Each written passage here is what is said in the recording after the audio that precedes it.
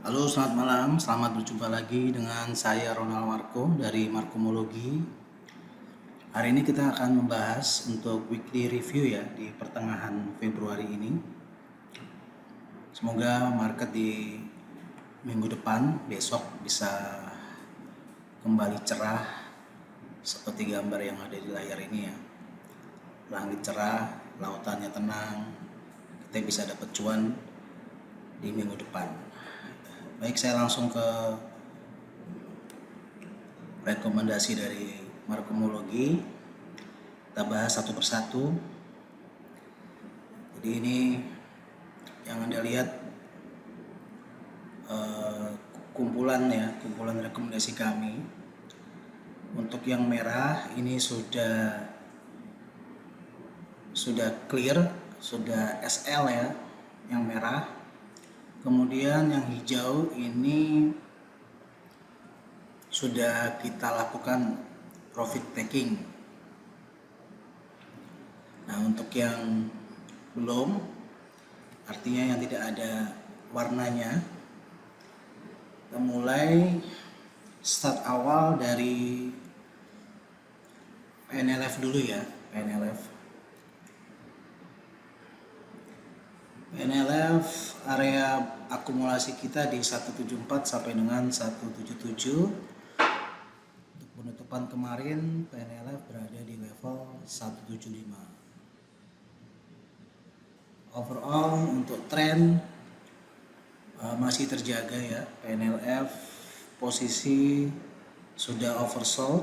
Kita lihat dari RSI, resisten terdekat ada di 178. Kemudian untuk area break, nah ini kita lihat di sini, ini ada hidden bullish ya. Teman-teman bisa lihat ada potensi hidden bullish. Jadi apabila harga bergerak di atas 180, kami sarankan untuk menambah lot atau menambah untuk akumulasi, karena ini juga jadi penentu ya. Apabila break PNLF, maka kita akan bisa melihat level 195 untuk TP jangka pendek. Lalu ada level 208 sampai dengan 216. Demikian untuk PNLF. Kemudian yang berikutnya kita ulas tentang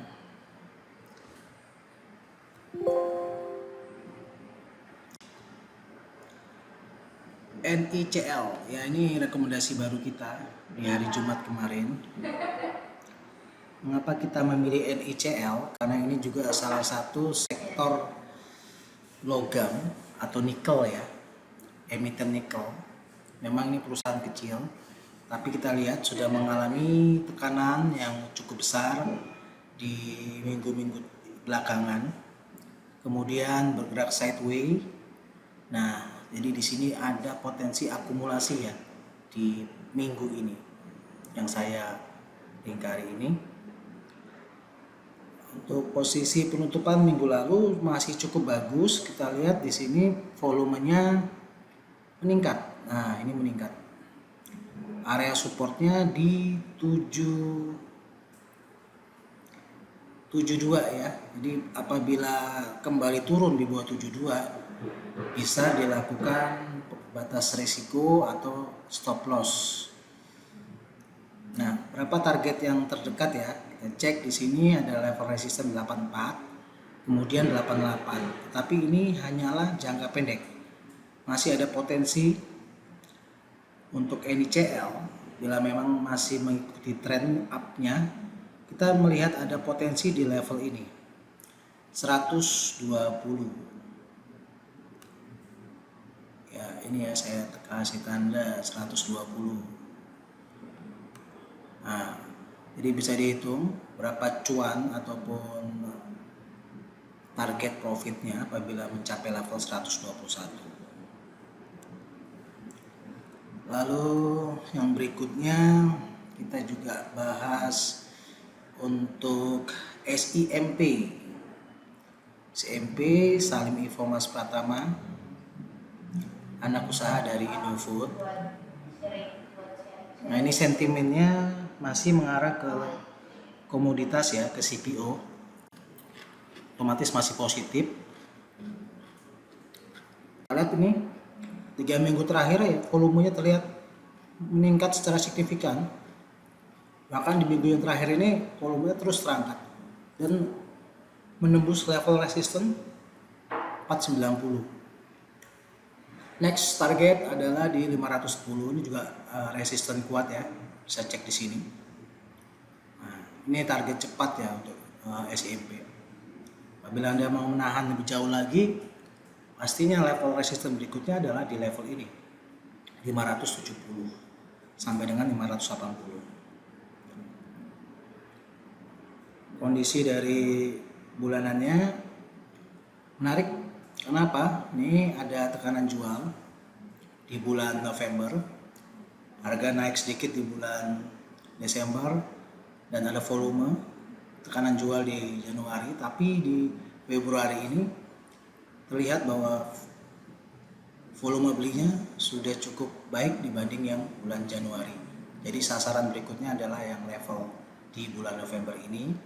Kemudian di bulan Juni 2021 posisi tertinggi adalah 545. Lalu kita bahas juga untuk yang berikutnya ada London Sumatera Indonesia atau LSIP, juga emiten CPO.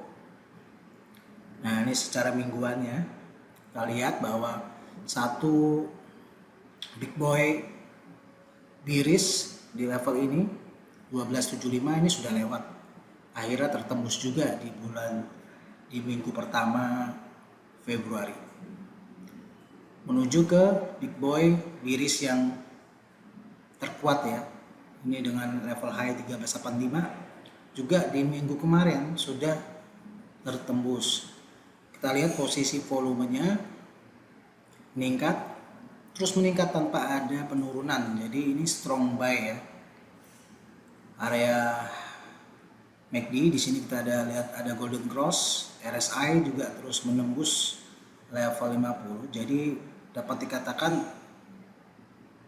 potensinya masih besar ya untuk naik, setidaknya untuk menembus level 1495 sampai dengan 1500. Lalu yang berikutnya untuk bank tabungan, ini BTPS, Bank BTPN Syariah. Saya langsung mengulasnya dari chart bulanan. Nah, ini ada kenaikan ya di bulan ini, tapi ini memang masih ada kerawanan. Tetapi saya lihat BTPS ini secara fundamental dan juga teknikalnya cukup baik, bisa dipertahankan dengan level resisten ada di 4100. Kemudian Bukalapak ini masih dalam proses membentuk suatu pola. Memang beberapa kali saya coba tawarkan ya, banyak orang itu yang khawatir, yang takut untuk beli Bukalapak. Kenapa? Ya mungkin karena saham ini sudah turun banyak sejak IPO. Nah, ini IPO Agustus terus turun, kemudian turun lagi sampai di Januari bulan lalu. Yang kita harapkan dari Bukalapak ini pastinya adalah technical rebound maksimum di level 660. Nah, bisa dihitung ya berapa potensi profitnya kalau kita beli di angka sekarang di level penutupan 374. Nah, ini 374 menuju 660, bisa Anda hitung berapa potensinya. Di sini ada tool ya, kita bisa pakai, kita bisa ukur berapa potensi gain yang kita dapatkan apabila Bukalapak rebound menuju ke 660. Sebentar ya, saya coba. Oke. Ya, ini ya. Ya, sekitar 70%, 70-75% potensi gainnya. Nah, ini Anda bisa pilih. Sekiranya apabila Anda mengamini, maka silakan dibeli dan ditunggu sampai dengan sesuai target yang kami berikan. Lalu yang berikutnya CK, ini emiten minyak goreng Wilmar Cahaya yang kita sering bahas di grup. Tetap tidak ada perubahan, formasinya formasi potensi bullish dengan fondasinya di level ini ya. Fondasinya di bulan Oktober 2021, kemudian terkoreksi 3 bulan, dan bulan ini punya peluang untuk menembus level resisten 1985 dan terutama biris yang ini nih, yang di bulan Juni 2021 high 2040 ini yang kita harapkan dapat tertembus di bulan Februari ini. Bisa dicermati. Oke. Next kita ke IPCM, Jasa Armada Indonesia ya. IPCM ini untuk tampilan secara bulanan, monthly IPCM. Ada koreksi selama 4 bulan. Nah, ini bisa dilihat koreksi ini. Nah, IPCM kenapa kami memilih? Karena memang sudah turun 4 bulan, jadi ada potensi untuk naik ya, untuk bisa melanjutkan tren atau untuk reversal atau rebound. Lalu untuk volumenya bisa diamati sejak di bulan Oktober, terus ya, merah ini kan terus menurun nih tuh. Artinya apa? Bahwa tekanan jual sudah reda, sejatinya sudah reda. Nah, tinggal menunggu kesabaran kita untuk menantikan IPCM break resisten kembali di 292 dengan target yang memungkinkan itu di level 370. Untuk di bawahnya ada level 328 ya, ini. Nah, inilah resisten daripada IPCM kita bisa tentukan. Jadi penting untuk bisa menentukan level support dan resisten, karena itu adalah kuncinya ya. Jadi kunci dari technical itu adalah menentukan support dan resisten. Bagaimana kekuatan harga pada saat berada di level support dan resisten. Nah, untuk mempelajari ini butuh jam terbang yang tinggi, butuh pengamatan yang spesifik, yang detail ya. Pastinya saya tidak bisa jelaskan secara detail karena ini saya pelajari selama bertahun-tahun. Jadi hampir kurang lebih selama 15 tahun saya di bursa. Jadi ini hasil dari pengamatan, pembelajaran yang secara terus-menerus. Jadi sudah terbiasa ya untuk menentukan support dan resisten. Kemudian next kita lanjut menuju EV. Ya, ini kemarin di grup ada yang tanya tentang EV. Juga saya langsung ke bulanan saja karena ini kekuatannya kita lihat ya, ini candle ini adalah fondasi awal dari EV. Artinya apabila harga kembali menembus level low 146 ini, itu dapat dipastikan gagal. Tapi Anda bisa lihat ada volume besar di sini. Kemudian Anda lihat tekanan jualnya bagaimana kira-kira ya. Nah, ini ada volume jual, tidak signifikan ya. Jadi volume beli ini masih kokoh ya secara volume. Untuk level pivotnya di 164, kemudian resistennya pastinya di 175. Nah, untuk rewardnya yang kami harapkan EV ini bisa untuk naik ke level ya ini, menguji high di Januari 2020 272. Oke. Jadi kami selalu berusaha untuk memberikan view jangka menengah panjang maksimal profit, karena apa? Agar investasi Anda tidak sia-sia. Setidaknya Anda bisa merasakan hasil yang maksimal di trading ataupun investasi di pasar modal. Next, kita akan coba, ini dia. Ini yang selalu menjadi pertanyaan banyak orang di grup. Saya tidak tahu berapa banyak yang dibeli. Karena memang saya selalu menyarankan ya, selalu lakukan diversifikasi atau portofolio. Karena tanpa portofolio, risiko Anda akan semakin besar. Selalu gunakan portofolio, bagi ataupun tempatkan di beberapa saham agar ada titik keseimbangan. Tapi baiklah, saya coba akan review juga untuk KBLV. Memang kalau kita lihat dari chart ini, break di bawah 420 itu sudah terbaca lemah dan pastinya akan experience ke bawah. Menjebol level 400 sudah kita lalui. Dan untuk target berikutnya ya, kalau turun,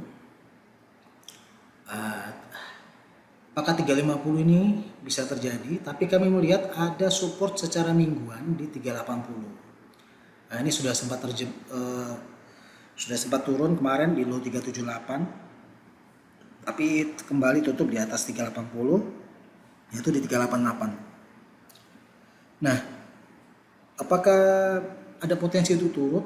Tetap masih ada ya, karena ada level support 350. Tetapi selama bertahan di atas 380 masih tidak mengkhawatirkan ya. Karena ini kita lihat volume ini oversold secara mingguan. Kenapa oversold? Kita tidak lihat volume jual sebesar ini di minggu-minggu yang lalu, minggu-minggu sebelumnya. Dan kemudian membaca candle. Nah, candle itu ada banyak psikologis di dalamnya. Jadi kalau candle yang modelnya seperti ini, artinya penurunan terbatas dengan volume yang tinggi, tidak signifikan menekan harga. Jadi harga masih ditahan meskipun ada tekanan jual seperti ini. Pastinya kami mengharapkan ada pembalikan arah, reversal bagi First Media. Ya, key resist pertamanya harus berada di atas 400 pastinya ya, karena itu psikologis 400. Tapi key yang lebih clear lagi sejatinya adalah naik di atas 420 lagi ya, itu kuncinya. Nah, ini saya buka harian. Jadi candle ini candle yang menekan.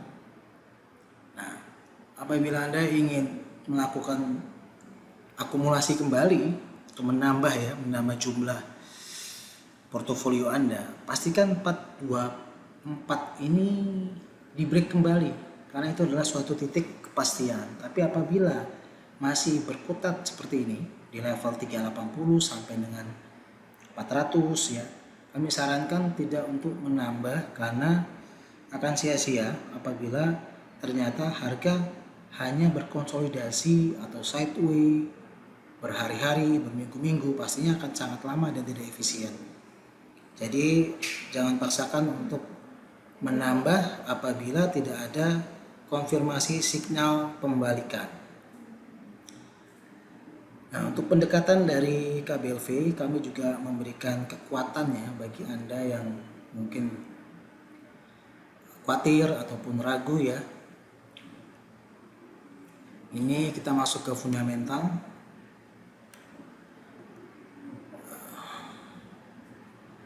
Sebentar.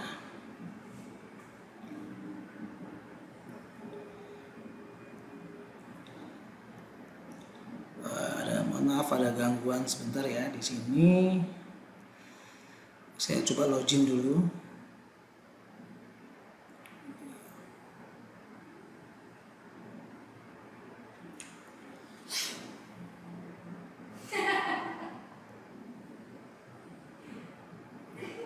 Ya, ini KBLV, coba klik ya sini KBLV.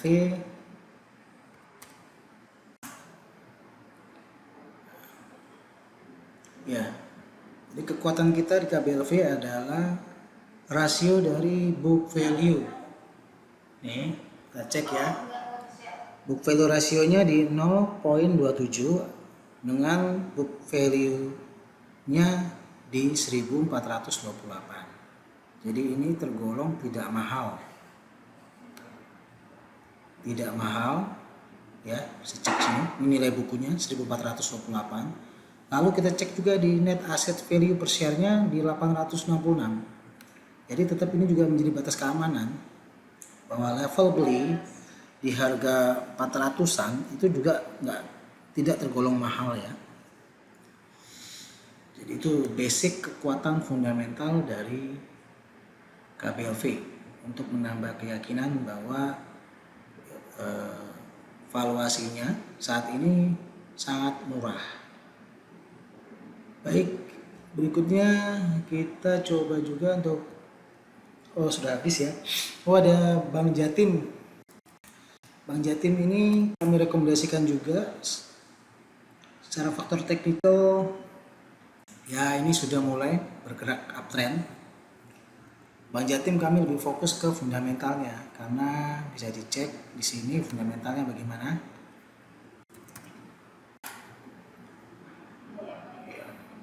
Bisa dilihat ya, pertumbuhan dari labanya Bank Jatim dari 2016 sampai dengan 2021 ini terus meningkat tanpa ada turun sama sekali ya, tanpa ada cacat penurunan sampai akhir dari kuartal 3 2021 juga masih oke. Lalu untuk valuasi financial ratio-nya dengan PER di angka 7,24, book value ratio sudah di atas 1. Tapi kita lihat di sini, nah ini pengembalian return-nya cukup besar. Nah ini jadi apabila Anda melihat return on equity itu sudah di atas 10%, artinya ada akselerasi kinerja dari emiten tersebut. Sedangkan secara harga belum terakselerasi. Bank Jatim hold, kita coba untuk bertahan hingga level 1000, naik di atas level 1000, 1100, 1200, kita cek lagi nanti. Kemudian satu lagi ada PTBA ya, PTBA. Nah ini emiten co ini secara harian lihat ini ya, ada dorongan juga meskipun memang candlenya kecil-kecil, range-nya pendek-pendek ya. Ini secara mingguan, nah ini Anda lihat bahwa resisten yang di minggu ini, minggu awal Februari ini sudah tertembus juga nih, 2890 ini udah break nih. Oke, itu kepastiannya. Kemudian secara bulanannya,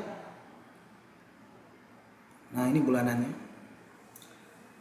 volume up dan harapan kami juga di bulan ini tetap up ya. Ini ada resisten kuat juga di level 3000. Nah ini psikologis 3000-nya.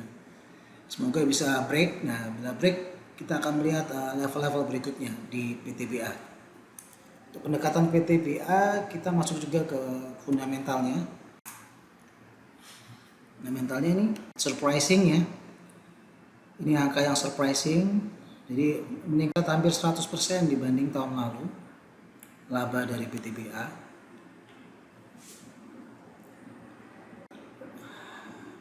Valuasinya PER-nya 5,3, kecil, rendah sekali, murah. Hanya di price book value ratio ya, mungkin terlihat sepertinya sudah hampir 2 kali ya, 2 kalinya.